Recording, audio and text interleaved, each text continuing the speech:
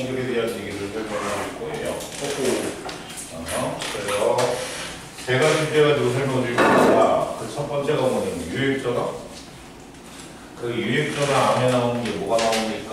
라고 한다면 그죠? 가렴합기 효과라는 얘기가 나온다. 가렴합기 효과. 그리고 유액전화의 정의에 대한 얘기를 할 거예요. 그죠? 근데 좀 더 자세하게 여러분 이해할 수 있도록 설명을 드릴 테니까. 그 다음이 두 번째 나오는 원자가지라고 이온 반대림에 대한 얘기에서는요, 얘는 기준값이 세 가지가 있는데, 그 기준값 첫 번째가 뭔가? 전자 꺾이게 숫자. 그러니까 이온이든 원자들은 전자 꺾일 수가 많을수록 뭐하다? 반지름이 커진다. 그리고 두 번째가 뭐예요?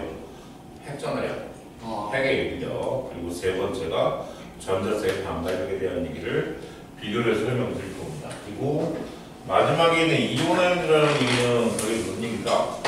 속박되어 있는, 핵에 속박되어 있는 전자가 에너지 흡수해서 뭐가 되는 거야? 자유전자가 되는 거죠. 그 자유전자가 되는 과정에서 필요한 에너지에 대한 이유가 설명을 할 거고요. 그리고 순차적 이온아연까지 설명을 할 거예요. 뭘 알 수 있는? 원자의 원자까지 도구를 할 수 있는, 도구를 할 수 있는. 거기까지 설명을 드리면 이 단원의 뭐야? 끝이 납니다. 그래서 아마도 여러분들 기말고사 시험 범위가 정상적이라면 여기까지가 아마 시험 범위일 거예요. 1단원 중간, 2단원 기말, 3단원은 2학기 중간, 마지막 4단원보다. 근데 이제 3단원하고 4단원에서는 조금씩 약간씩 차이가 나서 끊기는 경우가 있으니까. 그렇죠? 자, 그래서 하나씩 얘기해 볼까요? 자, 제일 처음에 뭐에 대한 얘기? 유액전화 가지고 얘기를 할 거예요. 자, 유액전화에서 나오는 게 제일 처음에 뭐가 나온다? 유액전화 얘기가 나오는 게 첫 번째 가렴합기 효과라는 얘기가 나옵니다. 가렴합기 효과다. 자, 가렴합기 효과라고 하는 건 뭐 때문에 생기는 것이다? 원인은 전자들사의 반발력 때문에 생깁니다. 그러니까 가렴합기 효과가 일단 일어나려면 어떤 조건이 있어야 합니까? 라고 한다면 다전자 원자예요. 전자가 한 개는 안 되는 얘기죠. 그럼 그 한 개는 가렴합기 효과가 나타난다. 그러니까 수는 가렴합기 효과가 나타날 수 없다라고 보여줍니다. 그죠? 그리고 두 번째, 가렴합기 효과는 누구 때문에? 전자들 사이의 반발력 때문에 생긴다.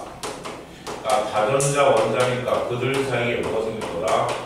반발력이 생길 거다라는 얘기죠. 그래서 두 가지 조건에 의해서 가렴합기 효과가 나타나는데, 가렴합기 효과라는 얘기 결국 무슨 얘기예요? 안에 핵이 있는데 그 안쪽 궤도에 전자가 있다고 가정을 하고요. 그 바깥 궤도에 뭐한다? 전자가 있다고 한다면 실제로 전기력 자체가 서로 멀리 떨어져도 전달이 힘이거든요. 그러니까 원거리에도 전달이 힘이란 말이죠. 그러면 실제로 A하고 B를 봤을 때 여기에 핵에 의한 인력을 생각해 본다면 당연히 가까이 있는 놈의 핵의 인력이 바깥에 있는 전자보다 핵의 인력이 더 크지 않겠는 얘기지. 맞아. 왜냐하면 이때 작용되는 힘의 결이 뭐야? 우리가 전기력이라고 얘기하자. 전기력이라고 얘기하고 뭐라고 하자? 쿨롱힘이라고 얘기하니까 F는 뭐예요? K, R 제곱분의 Q는 Q인데 선생님 지금 분명히 저는 화학을 배우고 있는데 왜 물리를 설명하십니까? 요게 여러분들 나중에 가면 이온 결합력하고 연결이 되기 때문에 기본적인 전기력에 대한 얘기 기억을 해두고 넘어가는 게 좋지 않겠습니까? 그러면 자, 이 핵에 의해서 A의 작용하는 인력과 B의 작용하는 인력을 준비했을 때 누가 더 커? A가 당연히 클 거야. 왜? 거리가 더 가까우니까. 맞아? 그러니까 핵의 인력을 비교를 하면 핵의 인력이야. 핵에 의한 인력을 비교하면 거리가 가까우면 안쪽 껍질에 있는 전자가 바깥쪽 껍질보다 훨씬 더 큰 인력을 받지 않겠니? 라고 얘기할 수 있겠죠. 그치? 그러면 선생님이 B에 작용되는 인력에 대한 얘기를 A하고 전혀 상관이 없지 않습니까? 라고 얘기를 하는 거지. 왜? 멀리 떨어져서 적용될 수 있는 거니까. 그런데 실제적으로는 A와 B가 이렇게 일직선 상황이 생기게 되면요. 일직선 상황이 생기게 되면 B라는 놈은 핵에 의한 인력도 받겠지만 이 전자 A에 의한 반발력도 받게 된다는 얘기지. 맞아. 그러니까 전자 A에 의해서 나타나는 반발력이 반대 방향으로 받게 되니까 이런 전기력이겠지. 그지? 그런데 요때 요 둘 사이의 거리가 가장 가까워질 때가 언제예요? 일직선일 때야. 맞아. 그러니까 전자세의 반발력이 가장 크게 작용될 때가 언제다? 일직선 상황에서 거리가 가장 가깝지 않겠다는 얘기지. 오케이? 그래서 이때가 반발력이 뭐보다 가장 크겠구나. 그래서 그때 나타나는 효과를 우리가 뭐라고 한다? 가려막기 효과라고 얘기를 한다. 그러니까 전자가 해결력을 받는데 다른 전자의 반발력에 의해서 그 해결력이 뭐한다? 영향을 받을 때. 그래서 원인이 뭐라고요? 전자들 사이에 반발력이라고 얘기를 했어요. 그죠? 반발력. 자, 그런데 가려막기 효과에 대해서 우리가 생각을 해야 될 게 있습니다. 어떤 부분을 생각하셔야 되죠? 그럼 선생님, 지금 다전자 원자니까 우리가 앞에서 알고 있는 거에 의하면 예를 들어서 6번은 탄소의 대력이라고 해볼까요? 자, 6번은 탄소의 대력이 우리가 모형을 그려보면 양전자가 몇 개요? 6개고요. 첫 번째 껍질에 전자가 몇 개? 2개가 있을 거예요. 그리고 두 번째 전자 껍질에 몇 개가? 4개가 있지 않겠냐는 얘기지. 그죠? 근데 중학교 때 여러분들 그림을 이렇게 그렸어요. 왜? 뭔가 전자세에 반발력이 생기고 그 반발력이 뭐야? 거의 동일하게 나타나는 위치. 그지? 이렇게 표현을 했단 말이야. 그러면 우리가 이제는 여러분들이 배웠던 뭐에 대한 개념? 오비탈에 대한 개념. 맞습니까? 확률적 편인 오비탈에 대한 개념을 우리가 생각을 해야 되기 때문에 오비탈에 의한 개념을 생각한다면 첫 번째입니다. 이렇게 얘기할 수 있겠네. 같은 껍질에 있는 전자에서도 뭐가 나타날 수 있다?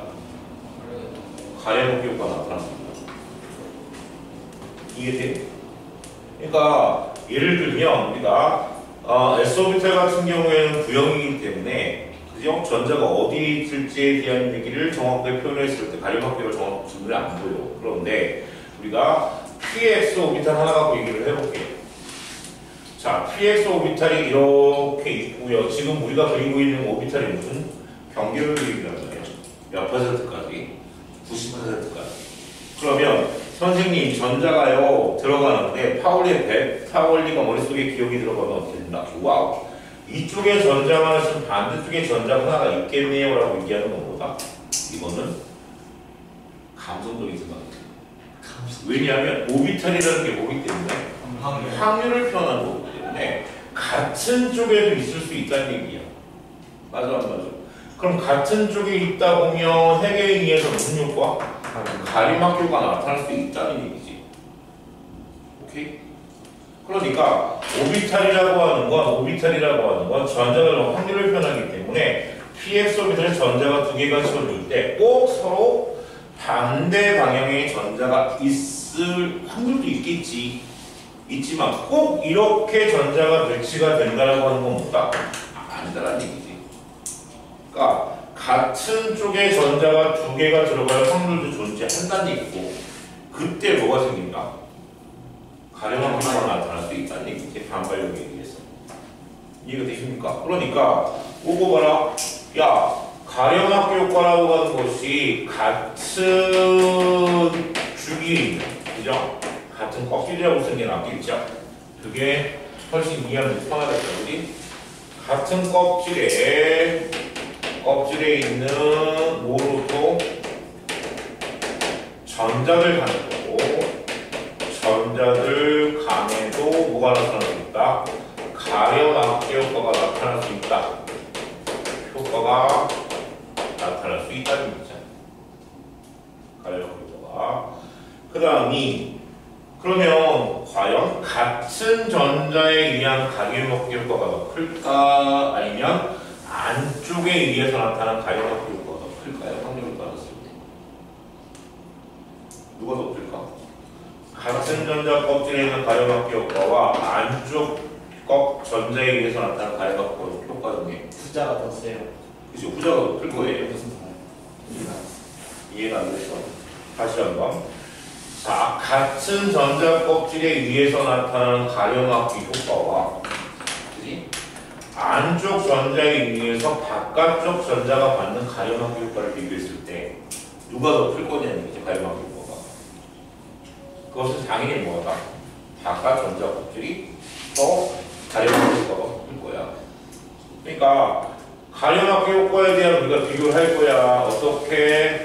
같은 껍질에 의해서 나타나는 가려막기 효과보다 뭐가 안쪽 껍질에 의해서 나타나는 가려막기 효과가 훨씬 더 뭐하다? 클 거라는 얘기죠.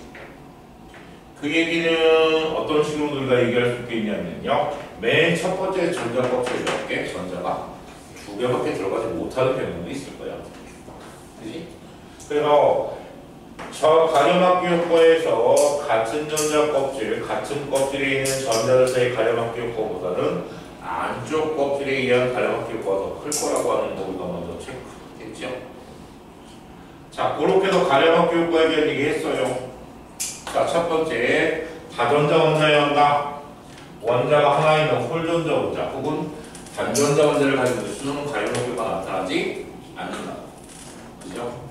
이제 중요한 얘기, 뒤에가 또 반전이 생겨. 그 다음 두 번째, 자, 전기력이 작용할 텐데 일선 상하에 놓이게 되면 그 전자의 반발력이 뭐가 된다? 최대가 되지 않겠니?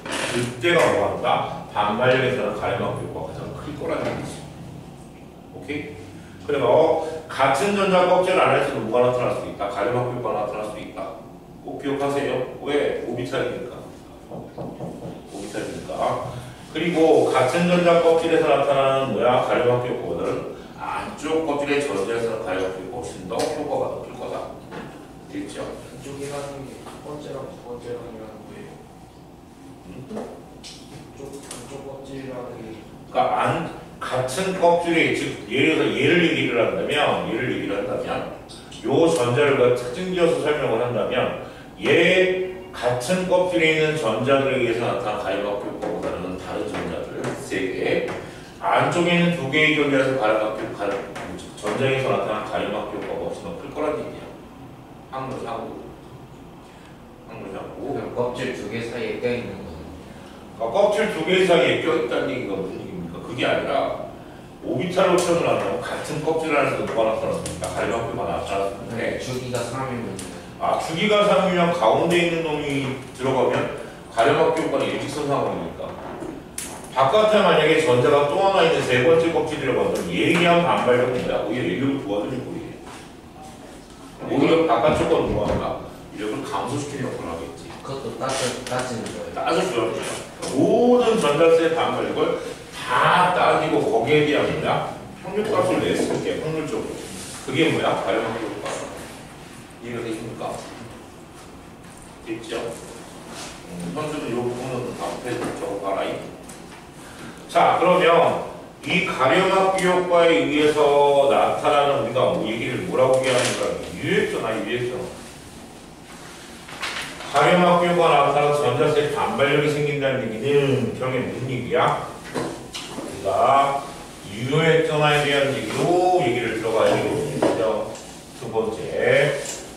자, 가려막기 효과가 끝났습니다. 두 번째는 유액전화다.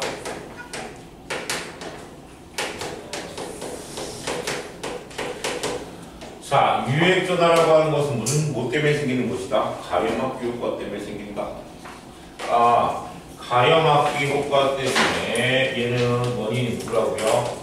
전자들 사이 반발력들은 가려막기 효과 때문에 나타나는 것이고요. 결론을 얘기하면 실제의 핵전화하고 유액전화의 차이가 생긴다는 얘기예요. 실제 핵전화. 그러니까 우리가 실제가 가지고 있는 실제 핵이 가지고 있는 전화와 그 전자가 느끼는 전화를 우리가 뭐라고 해요? 유액전화라고 얘기하는 거예요. 유액전화. 요것에 뭐가 생긴다? 차이가 생길 거라는 얘기죠. 차이가 생길 거다. 무엇 때문에? 가려막기 효과 때문에. 그런데 여기서 예외가 있다. 누가 예외가 될까요? 수소. 수소 원자는 뭐야? 실제 액전하고 유액 전하가 같아요. 같습니다. 가려막기가 없어서. 왜? 전자가 하나밖에 없기 때문에 가려막기가 나타나지 않을 테니까. 이해가 됩니까? 그러니까 여기서 뭐야? 여기서 수소는 예외. 왜 그런지 잘 생각하세요. 반전자 원자이기 때문에 전자가 하나밖에 없어서 가려막기가 나타나는가? 안 나타난다. 그러면 우리가 단전자 원자인 수소는 지금 예외를 시켰어요. 단전자 원자인 수소는 예외를 지금 시켜놓고 나왔는데 다전자 원자에서 이제 문제가 된다는 얘기지. 그러면 다전자 원자에서는 실제 핵전화와 유핵전화를 비교했을 때 이가 뭡니까? 라고 한다면 원리를 얘기하면 이렇게 됩니다. 자, 실제 핵전화라고 얘기하는 우리가 6번호 탄소 가지고 얘기할 거야. 6번호도 탄소에 대한 얘기에서 하나의 전제를 가지고 얘기를 해봅시다. 그러면 야, 양성자가 6개가 있는데 핵 안에 바깥에 있는 전자들이 실제로 6개가 있을 거예요. 그지? 맞아 안 맞아? 근데 6개가 있을 텐데 그 중에 전자 하나를 잡을 거예요. 그지? 그러면 바깥에 있는 전자 하나가 다른 거 5개를 다 제외를 하고요. 그들 사이의 반발력을 모두 무시를 한 상태에서 이게 핵이 얘를 잡아당기는 인력, 그걸 우리가 뭐라고요? 실제의 핵전화라고 얘기를 하는 거예요. 그러니까 이 안에 들어있는 5개의 전자를 우리가 뭐한 상태? 무시한 상태. 얘는 없다고 가정을 하고 이 정도 생각을 하고 전자 하나만 잡았을 때 그 전자에 작용하고 있는 핵의 인력을 우리가 뭐라고 하더라? 이 실제 핵전화라고 얘기를 한다고. 실제 액전화. 이게 아, 네. 이게 실제 핵전화를 지금 표현하고 있는 거야. 그지? 그러니까 전자들 사이의 반발력을 모두 뭐한 상태? 무시한 상태에서. 그지? 그런데 유핵전화라고 하는 건 지금 어떻게 그림을 그려야 합니까? 라고 하면 유핵전화 뭐 해야 될까? 나머지 전자. 자, 양성자 6개 그대로 써놓고요. 그 다음에 바깥에 전자를 이제 표시할 거야. 하나, 둘, 야, 도의 원장으로 표시할 수밖에 없는 그게 약품이 있네요. 둘, 셋, 그리고 타겟이 되는 놈 누구? 4번째 전자를 표시합니다. 그러면 자, 우리가 얘기하는 이 핵의 실제 핵전화기에 나타나는 핵의 인력만 작용하는 것이 아니라 이 각각의 전자들에 의한 무슨 의미? 반발력이 작용한다는 거예요. 그지? 그러면 지금 전체적으로 이 전자들의 위치에 따라 반발력이 뭐한다? 당연히 조금씩 달라지긴 하겠지만 결국에는 반발력이라는 게 무슨 얘기야? 바깥으로 밀어내는 힘일 거란 말이야. 그러면 우리가 알고 있는 핵의 인력은 안쪽으로 작용할 거야. 핵의 인력은. 그지? 핵에 의해서 나타나는 인력은 안쪽으로 작용할 텐데 이 나머지 전자들에 의해서 나타나는 반발력은 무슨 방향? 반대 방향으로 나타나지 않겠냐는 얘기야. 반발력 합이. 그지? 반발력의 더해준 합력이. 그지? 그러니까 이게 방이 반대다 보니까 이들을 2개의 지금 더한 힘, 알자 힘이 뭐가 되는 거야? 그게 유해입전화야. 다시. 누구랑? 그러니까 핵의 인력, 여기서 작용하고 있는 얘 전자만 오로지 있을 때 작용하는 핵의 인력에서 다른 전자들이 존재하면서 그들 사이에 이 전자에 대한 반발력의 합을 빼놔. 이거죠? 그러니까 요 두 힘의 알자 힘이겠죠. 얘의 알자 힘을 우리가 뭐라고 얘기하는 것보다 실제로는 유핵전화라고 얘기를 한다니까. 그러니까 전자 개수가 많으면 많을수록 뭐는? 반발력이 뭐합니까? 커질 거 아니야. 맞아. 그러니까 실제의 핵전화하고 유핵전화를 비교했을 때 다르다고 얘기를 했는데 누가 더 커? 실제 액전화가 더 커요. 실제 핵전화가 클 거란 얘기지. 유핵전화가. 안다스탠드 자, 그렇다면 우리가 이렇게 얘기를 할 수 있겠네요. 이 유액전화의 주기성에 대한 얘기를 할 거야. 여기서 해결 인력 있잖아요. 해결 인력. 그 인력이랑 저기 인력이랑 다른 거죠. 아, 갖다 보셔. 왜냐하면 위치상의 문제를 얘하고 얘를 지금 똑같은 전자를 타겟으로 놓고 지금 얘기를 한 거니까. 그러니까 다른 전자가 없을 때 오로지 여기에 해결력이 작용되는 걸 실제 핵전화. 근데 그 해결력이 작용하고 있는데 전자가 존재함으로 해서 나타나는 반발력을 뭐한가? 고려한 값이 유액전화라고. 근데 그 방향이 반대이다 보니까 얘가 조금이라도 있다라고 한다면 해결력보다 작은 해결력을 받지 않겠냐는 얘기야. 그래서 그걸 우리가 뭐라고 해요? 유효 핵전화라고 얘기합니다. 그래서 실제 핵전화의 값이 유핵전화보다 뭐하다? 클 것이다. 그런데 여러분이 놓치는 게 있어요. 이걸 잘 생각하다 보면 반발력만 생각을 한단 말이지.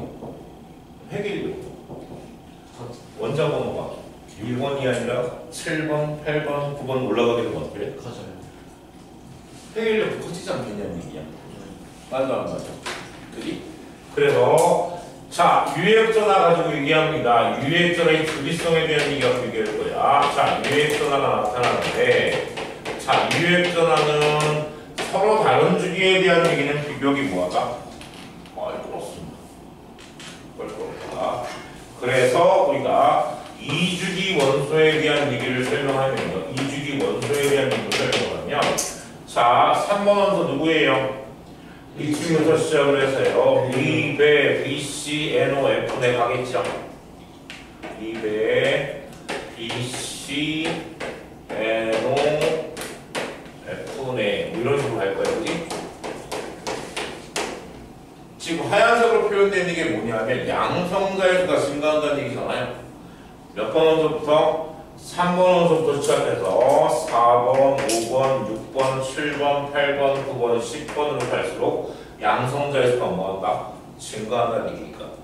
그래서 이 하얀색으로 표시한 게 뭡니까? 라고 한다면 실제의 핵전화입니다. 실제 핵전화. 그러면 전자들의 개수가 많아질수록 반발력이 커질 테니까 유핵전화 어떻게 표현이 된다? 요거보다는 크기가 좀 작은 상태로 시작을 하지 않겠냐는 얘기지. 그래서 리튬부터 시작을 하면 약간씩 차이가 뭐하다 살살 벌어지긴 하는데 어쨌거나 같은 주기에서는 원자 번호가 뭐할수록 글수록 증가할수록 유액전화도 뭐한다? 커집니다. 전자. 그래서 얘가 누구라고? 유효 핵전화다. 그래서 결론은 딱 하나야. 다른 주기에 있는 선생님 유역자를 비교가 가능한가요? 상당히 어렵습니다. 왜냐면 2주기 원소가 이렇게 나타나면 3주기 원소는 뭐가 된다? 옆으로 살짝 삐쳐서 나타나니까 아마 그래프가 교재에 있지 않을까 싶기도 하고 없는 경우에는 뭐한다? 찾아보시면 되고요. 유액전화가 딱 지금 어떻게 돼 있어요? 그러면 그거 보시면 될 거예요. 그러니까 2주기 원소하고 3주기 원소 비교하는 게 어떻게 될까? 상당히 애매한 거예요. 규칙성도 없고. 그래서 유력자는 거의 대부분이 무슨 원소? 같은 주기 원소에 대한 얘기가 나옵니다. 만약 다른 주기 나왔어. 다른 주기가 나오게 되면 아마 무슨 데이터를 주겠죠. 비교할 수 있는 가시적으로. 근데 그게 아니라 그걸 암기해서 문제를 풀어라? 그죠? 제가 폭탄되고 할 테니까. 그래서 유액전화의 특징이에요. 유액전화의 특징 뭐라고요? 같은 주기에서는 뭐할수록 원자 번호가 뭐할수록 클수록 유액전화가 뭐하다? 증가한다. 유액전화가 커진다 하고 증가한다 라고 하는 정의를 하나 내리고 넘어가면 되겠죠. 됐습니까? 자, 그렇게 해서 두 번째 유액전화에 대한 얘기까지 설명을 드려봤습니다. 그래서 유액전화가 나타난 이유에 대한 얘기, 아까 얘기했던 가렴합치 효과, 얘가 지금 뭐예요? 전자 사이의 반발력, 그지? 원이 되는 것들. 그래서 유액전화에 대한 얘기 클리어. 다 이해했을 거라고 생각을 합니다.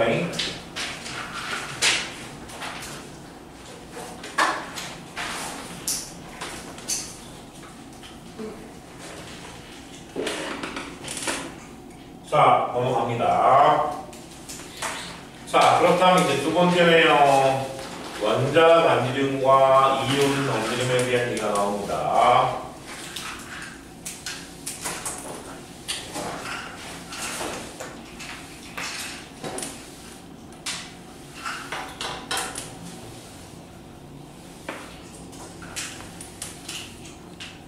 유액자 앞에서부터 잘 당기기 때문에 반지름이 작은 것 같아요. 뭐가? 선생님. 뭐라고 얘기 못 알아들었어. 그러니까 유액자 앞에서 전자를 잘 끌어당기잖아요. 그래서 반지름이 점점 작아지는 거죠. 미리 앞서가지 맙시다. 나 약발 보이는데 그지? 선생님이 약발 보이는데 뭐야 옆에서 오 그거 좋아요 뭐해 좋아요 이렇게 약치는 것 같으니까 치는 것 같은데. 자, 원자 반지름과 이온 반지름에 대한 얘기를 설명합니다. 자, 그런데 여기서는 뭐부터 시작할 거냐면요. 첫 번째 원자 반지름에 대한 얘기를 정의를 내리고 합시다. 자, 원자 반지름이에요. 왜 원자 반지름에 대한 정의가 필요할까요? 오비탈 때 그렇습니다. 실제 원자의 크기를 전자들이 차지하는 비율이 경계면 그림을 그렸을 때 그 밖에 10%가 존재하기 그럼 원자의 크기를 어디까지 볼 거야? 무한대까지 가야 되는 거야? 없잖아, 그지? 그럼 약속을 해야 되는 거죠. 그러니까 원자 반지름은 약속을 합니다. 무슨 상태? 기체 상태. 기체 상태에서요, 원자만 갖고는 원자 반지름을 정확하게 설명할 수 없기 때문에 무슨 결합을 시킨다? 공유결합을 시킵니다. 기체 상태에서의 원자를 공유결합 시키는데 그것도 무슨 결합? 단위결합이에요.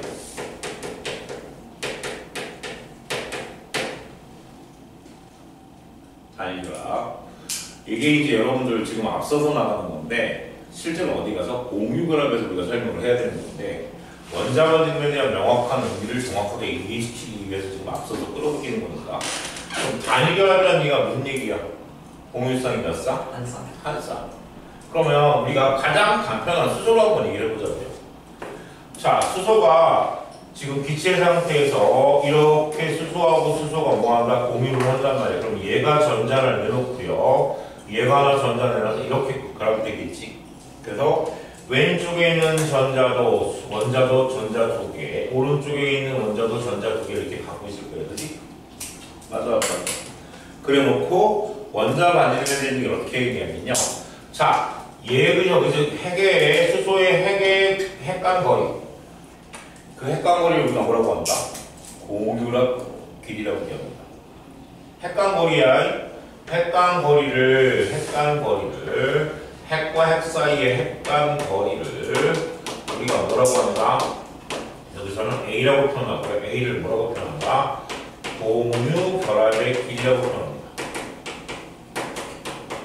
그럼 원자 반지름은 어떻게 우리가 정의해준다? 이거의 절반으로 얘기를 하는데. 그러니까 기준을 잡아주는 거지. 선생님 나트륨은요, 나트륨도 뭘 만들어야 돼? 기체 상태를 만들어야 돼. 그리고 뭘 시켜야 돼? 공유결합을 시켜야 돼. 그것도 무슨 결합? 단위결합. 그래서 핵간 거리, 이 공유결합 길이의 얼마를? 절반을 우리가 뭐라고 한다? 원자 반지름이라고 정의를 내리자고 서로 약속을 한 거예요. 산소 같은 것도 단위결합을 할 수가 있어요. 만들 수 있겠죠. 억지로라도. 지금 금속지로 만들 수가 있어요 지금. 아니면 금속 같은 경우에는 Na 플러스하고 Cl 뭐 해갖고 이온 결합시켜갖고 핵간거리 재갖고 그지? 만들어내야지. Cl이 뭘 알까? 원자 반지름 아니까. 그럼 나트륨이야? 원자 반지름 계산할 수 있겠죠. 그럼 나보다 똑똑한 사람들이 계산해 놓지 않았을까? 저는 정의만 가르쳐줍니다. 거기서 더 깊이 들어가면 어떻게 돼? 묻지 마. 알았지? 한번 보여주세요. 나 뽀록마니까. 그래서 원자 반지름의 정의를 뭐라고 얘기한다고요? 원자 반지름의 정의를 공유결합이 얼마? 절반으로 우리가 얘기를 한다고요. 딱 절반이야. 그러니까 여기서부터 여기까지 우리가 뭐라고 한다? 원자 반지름이라고 얘기를 한다는 얘기야. 원자 반지름. 원자가 반지름이고요. 그 다음이 두 번째는요. 우리가 요소에 대한 얘기 할 거예요. 자, 두 번째는요. 원자가 이온이 되는 과정에 대한 얘기 잠깐 설명하고 갈게요. 자, 원자가 무엇이 된다? 이온으로 변화가 된다. 뭐 중학교 때부터 계속 얘기했던 건데, 그지? 그래서 두 가지로 나눌 거야. 첫 번째, 원자라는 놈이 플러스 이온이 된다는 거죠. 플러스 이온이 된다는 얘기는 무슨 얘기 돼? 얘는 전자를 잃는다. 그죠? 전자를 잃는다. 얘는 전자를 잃는다니까. 잃는다. 그러면 우리가 간단한 거 갖고 얘기합시다. 왜? 전자 걱정들이 귀찮은데. 3번호서 리튬에 대한 얘기를 한번 해볼까요? 자, 3번호서 리튬이 3번호서 Li 플러스가 되면서 전자한 게 뭐야? 잃어버릴 거야. 그러면 원자 모형을 그리면 양성자 세 개, 우리가 알고 있는 5의 원자 모형이 두 개, 그 바깥에 몇 개가? 하나가 있지 않겠냐는 게 안 왔겠냐는 얘기지. 그지? 그런데 얘가 이온으로 변하면서 어떻게 변한 거예요? 양성자 세 개의 원자핵과 전자가 두 개가 있는데 바깥에 있는 전자가 뭐야? 없어졌어. 빠져 나가버렸어. 그지? 그잖아. 그럼 바깥에 전자가 빠져나가면 바깥에 전자 껍질이 의미가 있다 없다? 없다. 없다. 전자 껍질 자체가 사라진다. 그지? 그러니까 바깥에 존재하는 전자 껍질 자체가 사라진다니까. 그러면 원자가 플러스 1이 된다는 얘기는 전자 껍질 수가 뭐한다? 감소한다는 얘기다. 그죠?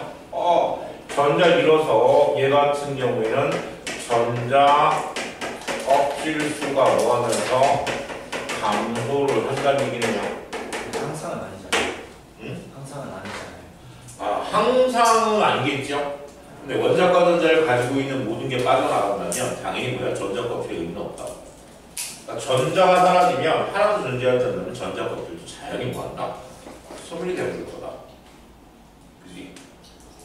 자, 그 다음 이 두 번째가 뭐예요? 원자가 마이너스 되는 과정입니다. 자, 원자가 마이너스 이온이 되는 과정을 설명하면 이때는 전자를 뭐 할까? 그게 얻을 거야. 전자를 얻는다. 그럼 얘도 우리가 간단한 걸로 할 때 9번수밖에 없다. 그럼 9번원소 플로린 갖고 얘기할 거예요. 그럼 얘가 전자를 얻으면 어떻게 되죠? 9번원소의 플로린에 마이너스 1가이면 되겠네.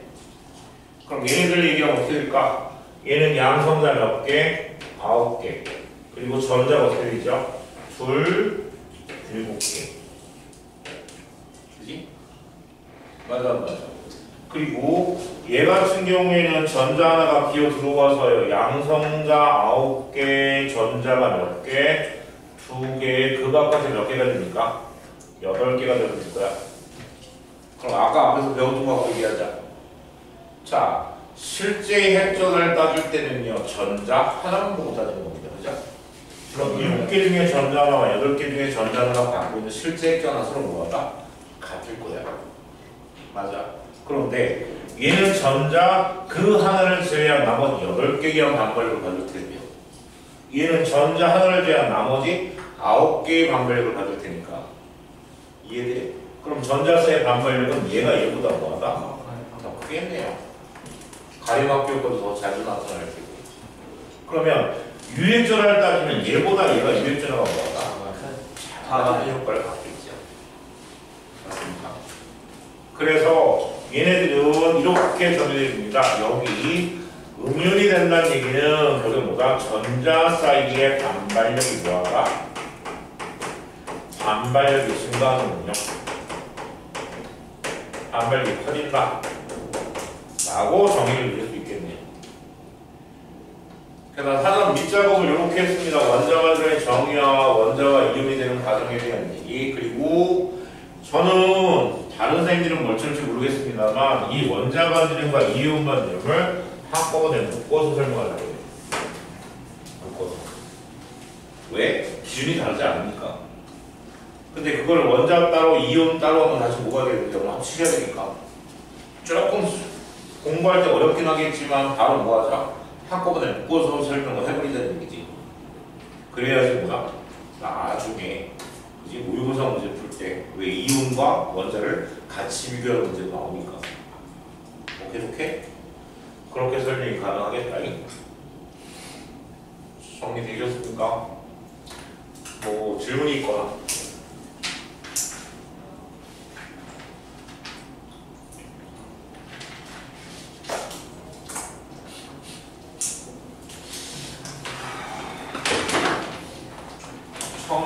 처음에 제 찍을 때보다는 많이 편해지긴 한 것 같은데 전혀 안 편해지네. 의견 생길 때 반지름이 뭐? 생각하는 거, 뭐? 반지름에서 꺼지는 거. 반지름이 커지겠죠. 안 빨리 커지니까. 그래서 그 입자의 크기에 대한 얘기는 이제부터 설명을 드릴 거예요. 입자의 크기.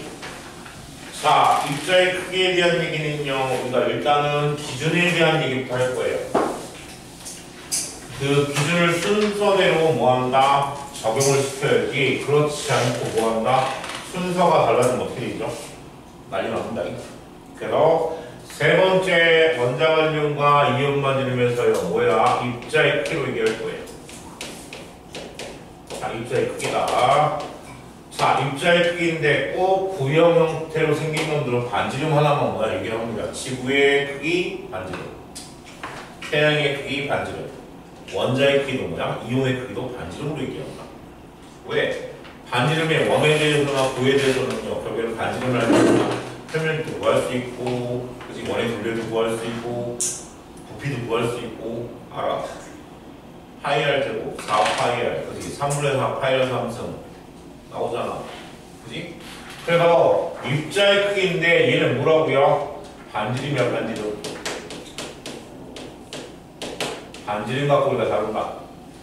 그런데 그 입자의 크기를 다룰 때 가장 영역이 큰 것부터 설명할 거예요. 누가 영역이 가장 큰 거예요? 전자 껍질수입니다. 입자의 크기를 다룰 때 제일 영향력이 큰 게 누구냐면 전자의 껍질수예요. 그러니까 전자의 껍질수가 많으면 많을수록 뭐하다? 입자의 크기는 커질 수밖에 없다. 그럼 전자 껍질과 같을 때는 그 다음에 뭐예요? 전자 껍질과 비교 불가능할 거 아니에요? 선생님 얘네들이 같은데 전자의 개수가 작을수록 크다. 그 다음에 뭐 한다? 그 다음이 유액전화죠. 유액전화로 따져준다. 그래서 유액전화를 다른 말로 뭐라고 한다? 핵의 인력이다.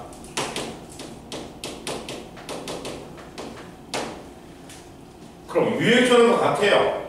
물론 그런 경우가 딱 하나밖에 없습니다만 유액전화 같은 경우입니다. 마지막으로 따져줄게.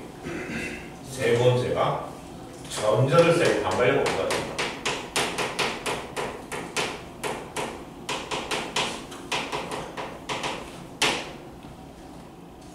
이렇게 지금 차례대로 우리 누구의 입자의 크기에 영향을 주는 요인들이에요.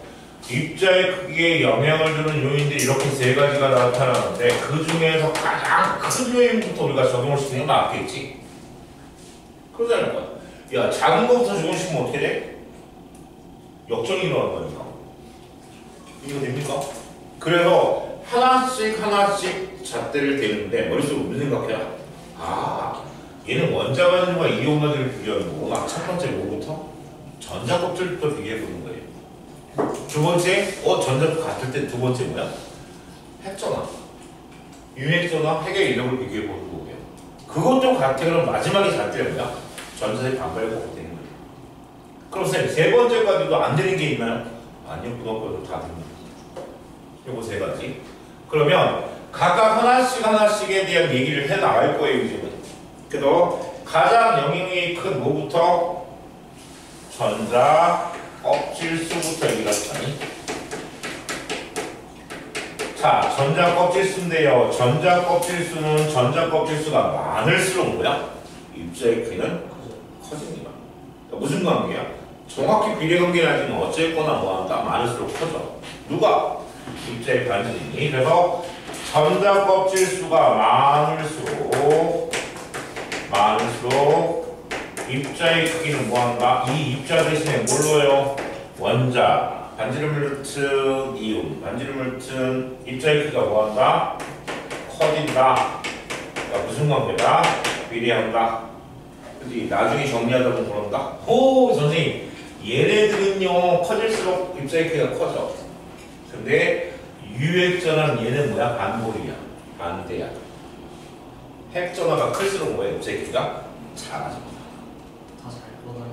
작아집니다. 그래서 많을수록 입자의 크기가 커지는데 그럼 이거에 대한 예를 들어주세요. 오케이. 자, 첫 번째 뭐예요? 같은 종 원소입니다. 자, 같은 종 원소를 비교하면 누구일까요? 알칼리 금속을 비교하면 리튬 밑에 뭐야? 나트륨 밑에 뭐 칼륨 밑에 리튬. 그럼 전자 곱径이 점점 어떻게 돼? 맞아요. 오, 그럼 입자의 크기가 점점 어떻게 돼? 맞아요. 커질 거라니. 그러니까 같은 종 원소에서는 원자 번호가 뭐할수록 원자 번호가 커질수록 당연히 원자 반지름이 어떻게 될까요? 증가하지 않겠냐는 얘기. 그거에 대한 예를 들어보면요 이렇게 나타나겠네. 우리가 알고 있는 누구야? 3번 원소 리튬부터 3번 원소 리튬보다는 누가? 11번 나트륨이 19번 누구야? 칼륨이. 칼륨 뒤에 몇 번 원소인지 아십니까? 37번 원소죠. 루비륨이 더 크다. 칼륨까지만 아신대요. 괜히 아는 척 했어요 지금. 칼륨까지만 아신대. 그래서 얘는 결국에 무슨 차이예요? 전자 껍질수 차이잖아. 얘가 몇 주기 원소? 2주기 원소. 얘는 몇 주기 원소? 3주기 1조 원소. 얘는 4주기 원소다. 아, 전자 껍질이 뭐할수록? 많아질수록 원자 반지름은 뭐한다? 커지는구나. 그러니까 같은 종 원소에서는 원자 번호가 증가할수록 원자 반지름이 뭐한다? 커지는 게 아니라 받는다. 그럼 여기에다가 우리가 이온을 갖다 넣을 거예요. 같은 종 원소에 대한 여기서는 원자 반지름 비교했고요, 그죠? 그럼 원자 반지름 하나만 더 얘기하고 갈까? 야, 9번 원소 플로린, 17번 원소 CL, 35번 원소 브로민. 얘 비교해 누가 더 커? 금속이든 비금속이든 관계없는 거예요. 같은 종 원소에 있는 원소들은 원자 번호가 증가할수록 껍질수가 증가하기 때문에 원자 반지름이 뭐한다? 커진다. 그럼 같은 종 원소의 이온은? 이온 반지름은?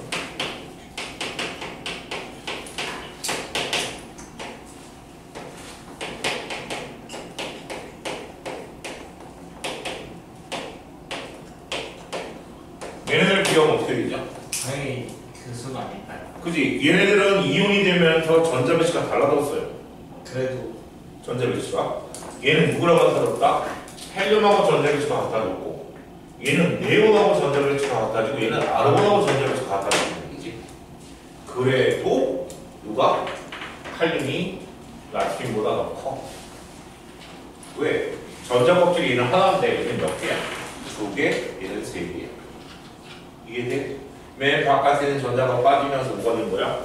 전자가 빠지면서 이주기 온도가 네온 헬륨하고 같아지고 전자 배치가 그렇게 나타나니까 이온 반지름도 마찬가지로 뭐한다? 같은 종류의 이온들은 원자 번호가 증가할수록 뭐라고요? 이온 반지름도 커진다고. 9번 원소 플로린 마찬가지야. 음이온도 마찬가지네. 플로린 마이너스, 그 다음에 17번소 Cl 마이너스, 35번은 브로민 마이너스도 마찬가지. 어느 쪽으로 갈수록 원자보다 커질수록 뭐한다고? 이온반지름이 증가합니다. 그 이유가 뭐라고요? 원자 번호가 증가한다는 얘기는 전자 껍질수가 뭐한다? 많아진다는 뜻이니까. 그래서 첫 번째 같은 종 원소에 대한 얘기만. 혹은 선생님 다른 종 원소들은요? 비교가 있고 물론 전자 껍질이 많을수록 큰 건 맞는데, 그지? 다음 두 번째가 우리가 비교될 수 있는 게 뭡니까? 그럼 전자 껍질수 갖고 비교할 수 있는 거야. 두 번째가 뭘까? 금속 원소. 금속 원소. 여기다가 제가 금속 원소에다가 되게 진하게 표시를 할 거예요. 왜? 중요하니까. 중요하니까. 자, 금속 원소의 원자 반지름과 이온 반지름을 비교할 겁니다.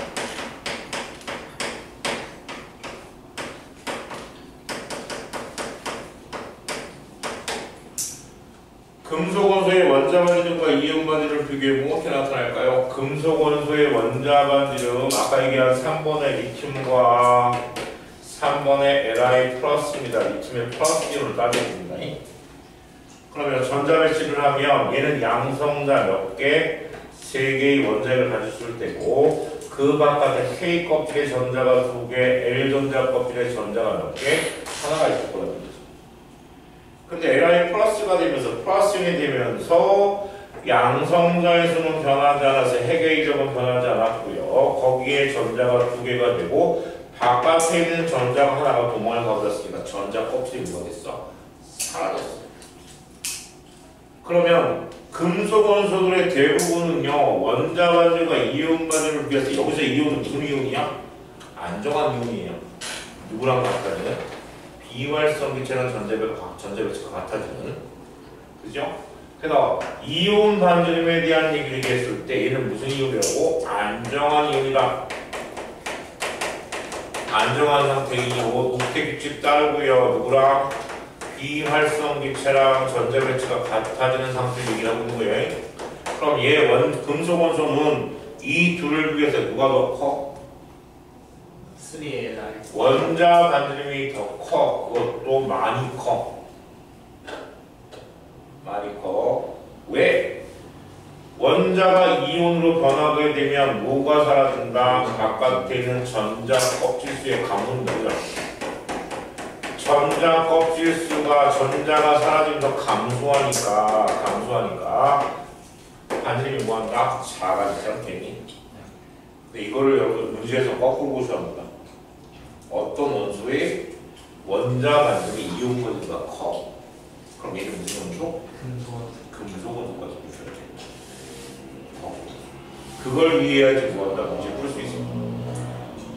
그럼 이거 2개 빼고는요 실제로는 전자 껍질수 비교할 수 있는 대상이 한 개도 없어요. 오케이? 한 개도 없다니까. 됐어요? 나트륨도 이렇지 않나요? 실비율은 나트륨도 가능하겠지. 그러니까 같은 적 원소에 대한 금속 원소들은 다 가능해요. 뭐 12번 마그네슘도 마그네슘 2 플러스가 되는 경우에요. 그럼 전자 껍질가 사라질 테니까. 근데 Mg 플러스가 되는 과정은 뭐가 된다? 그건 또 달라지는 거예요. 그건 전자 껍질과 같을 테니까. 나트륨 플러스가 되는 나트륨 플러스 되면 안 돼요. 알칼리는 다이어. 알칼리는 다 되고 다른 금속도 다 돼. 알루미늄도 돼. 대신 알루미늄이 뭐가 돼야 돼? 플러스 합과가 돼야 돼. 근데 얘기했잖아. 비활성 기체 안정한 이온이. 근데 그게 아니고 뭐야? 알루미늄은 바깥에 전자가 3개 있는데 하나 뺐을 때는요. 그건 전자 껍질가 달라지지 않는 거니까 얘로 비교할 수가 없는 거지. 그 다음 장단점이 돼야 되는 거예요. 이해가 돼? 그러니까 전자 껍질수의 변화는요. 같은 적 원소의 원자 분모가 증가해서 원자 분모가 증가하는 거고 같은 적 원소의 이온에 대한 얘기는 동일한 조건. 그런데 금속 원소 하나 얘 빼고는 나머지는 비교 불가능. 됐습니까? 그럼 선생님 다른 경우에는 핵도 다르고요. 다 달라요. 그런데 그 다음에는 뭐 갖고 비교해야 돼요? 전자 껍질도 같아요. 나머지는 다 다른데. 그럼 전자 껍질도 같으니까 이거를 설명 못 한다니까? 그럼 그 다음 찾을 때 뭘 봐야 돼? 유효점을 봐야 되는 거지. 이해됩니까? 그래서 두 번째 이제 우리가 뭐 가지고 갈 거다? 유효점 나가지고 갈 거야. 자, 요렇게까지 얘기를 했지요. 자, 그리고 나면요. 자, 뭐에 대한 얘기가 나옵니까? 두 번째, 유액전화에 대한 얘기를 설명할 거예요.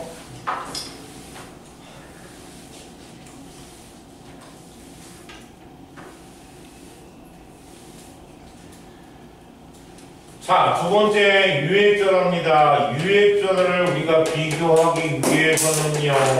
유액전화를 비교하기 위해서는 선생님 머리가 되게 아픈데요. 전자사의 반발력도 생각해야 되고 해결력도 생각해야 되고 실제전하고 유액전화까지 생각해야 됩니까? 라고 얘기한다면 그런 문제 안 나와. 뭐라고 생각한다? 유액전화? 원자번호가 뭐였고? 원자번호가 클수록 유액전화가 뭐야?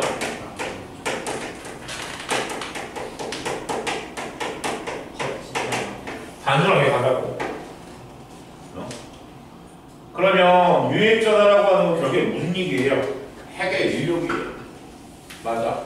그러니까 유액전을 비교한다는 얘기는 거래는 양성자의 수니까 핵의 인력이란 말이에요. 핵의 인력이 클수록 뭐하죠?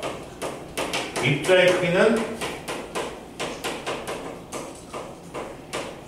작아집니다.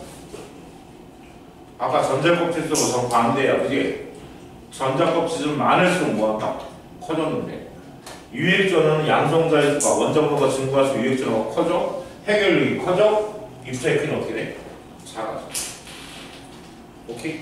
근데 얘로 비교할 수 있는 것도 두 가지밖에 나오지 않아요. 실제로 얘 둘 하나밖에 없어. 근데 그거 복잡해지면 어떻게 된다? 섞어놓으면 복잡해지기 시작을 한다니까. 그래서 자 유액전으로 비교할 수 있는 거 갑니다. 제일 처음에 뭐예요? 같은 주기원.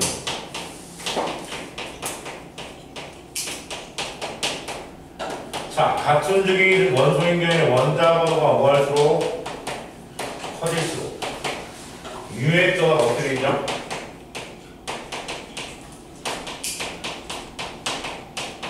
커져. 핵의 위력이 어떻게 돼? 커져. 입자의 크기는 작아져. 그러니까 마지막에 문제라니까. 와, 얘는 원소니까 원자 반지름 혹은 입자의 크기는 뭐한다? 감소한다니까. 오케이.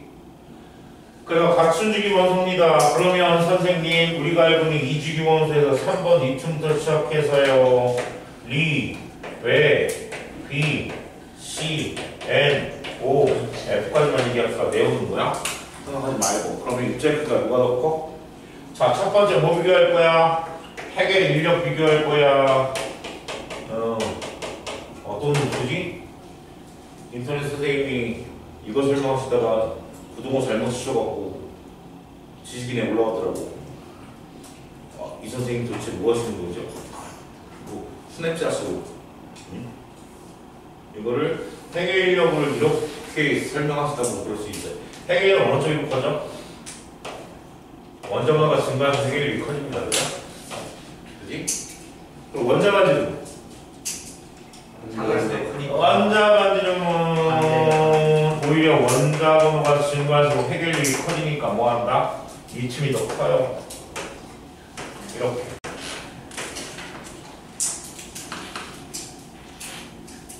맞습니까?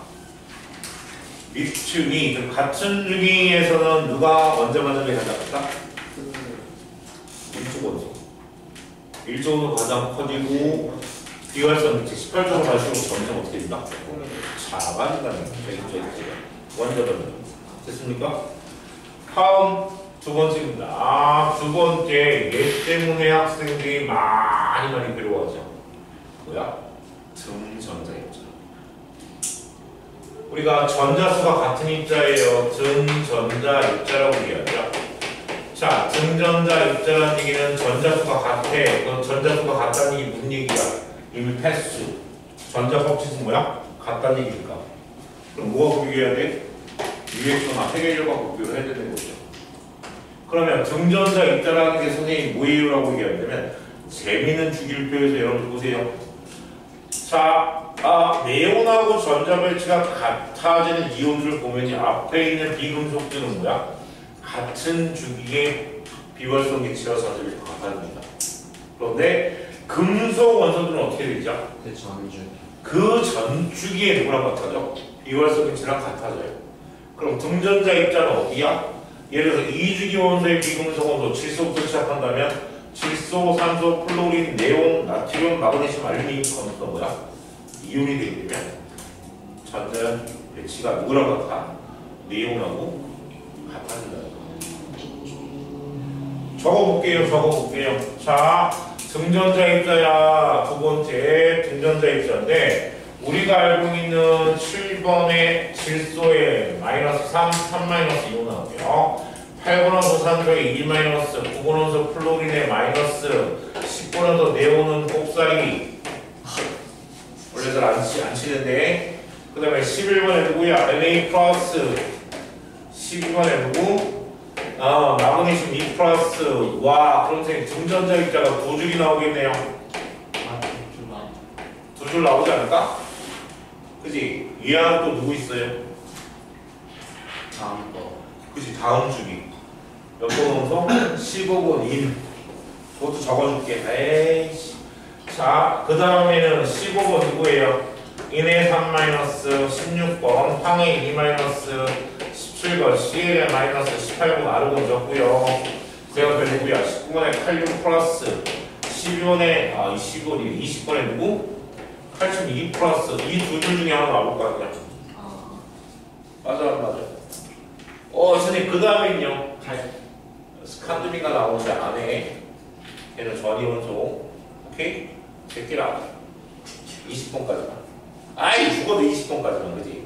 21번, 22번, 23번 나오면 그거 반칙이야 반칙. 응? 선생님 안 나와. 알았지? 이러다가 나와라고 놓치더라고.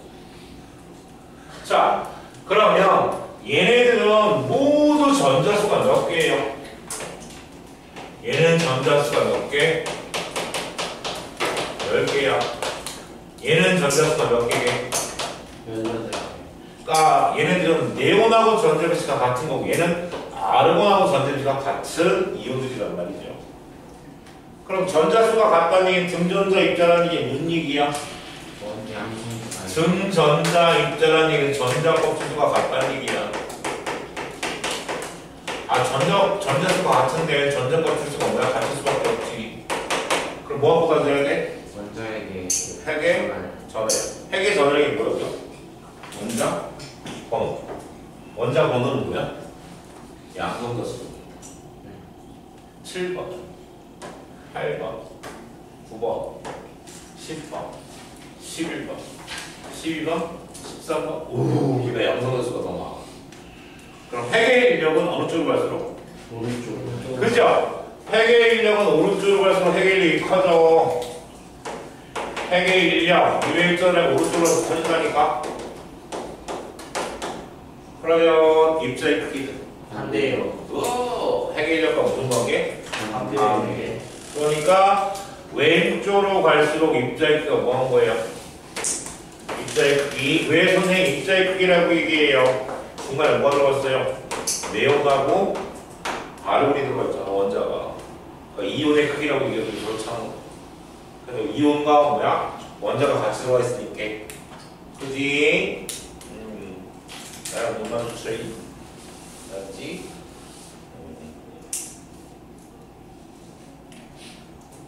됐습니까? 네.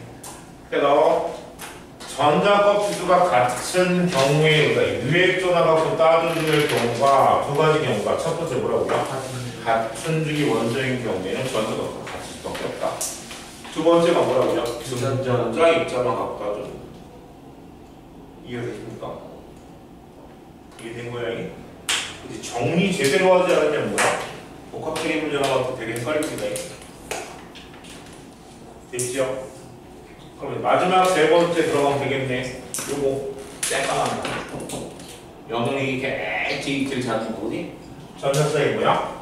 반발력에 대한 얘기만 하고 잠깐 첫 단계입니다.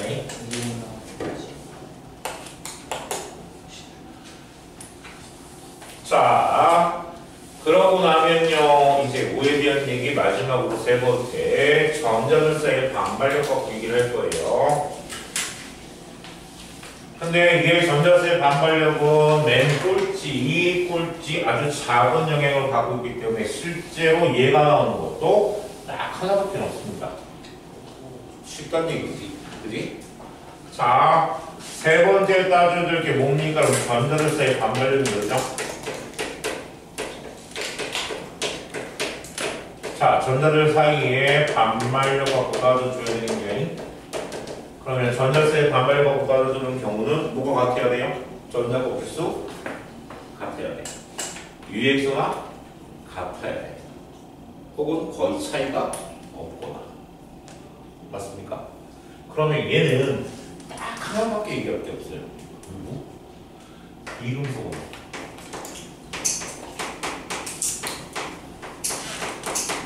자, 비금속 원소의 원자 반지름하고요. 뭐를 비교할 거냐면요.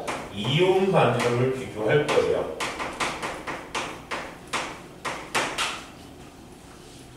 그런데 문제는 자, 전자들 사이의 반발력은 전자의 개수가 많을수록 뭐하다? 반발력은 커질 거야. 그래서 전자의 수가 많아져.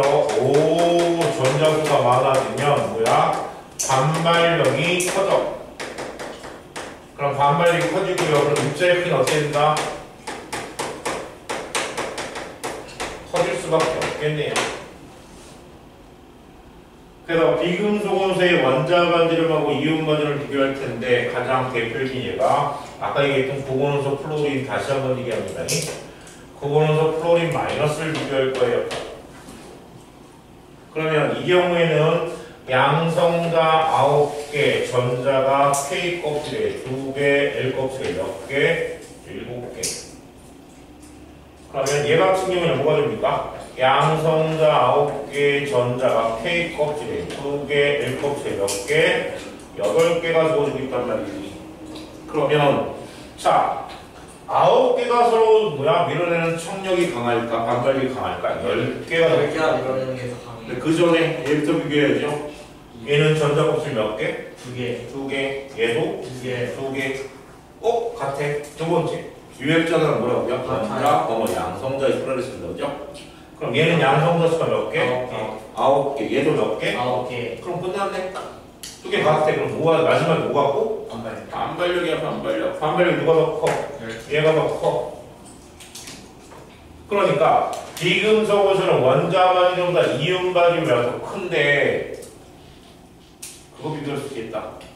아니 금속 원소 같이 전자 껍질 확 사라지는 게 아니라 전자 단순하게 하나 들어가는 거네. 2개 들어가는 거네. 그럼 금속이 원자와 이온 반지름의 차이보다 비금속의 원자와 이온 반지름의 차이가 어떻게 될까? 더 작겠죠. 생각해봐. 전자 껍질 수가 달라지는 거고 반발력이 달라지는 거고 차이가 있을 거라는 얘기지. 맞아. 그러니까 비금속 원소야. 자, 비금속 원소라고 하는 놈은 뭐라고요? 원자 반지름보다 뭐가 더 커? 이온 반지름이 커. 그 이유가 뭐라고요? 전자 사이에 반발력 때문이다. 됐습니까? 자, 여기까지가 두 번째 원자 반지름과 이온 반지름 입자의 크기하고 제가 한꺼번에 뭐 했어요? 묶어서 설명을 드렸던 거예요. 그래서 다시 한번 정리. 자, 입자의 크기에 영향을 주는 요인은 딱 세 가지가 있다. 질수. 그 세 가지가 뭐다? 첫 번째가 전자 껍질 수야. 그래서 전자 껍질 수를 일단 뭐한다? 비교를 해야 된다. 두 번째, 전자 껍질과 같으면 두 번째 뭐야? 원자 번호야. 쉽게 얘기할게. 원자 번호. 유액전화라고 얘기하고 해결력이라고 얘기할 수 있는 거. 그 다음이 계속 같아? 그럼 마지막은 뭐야? 전자 사이로. 전자의 개수야. 그치? 그렇게 비교해서 누가 더 큰지 작은지 다시 한번.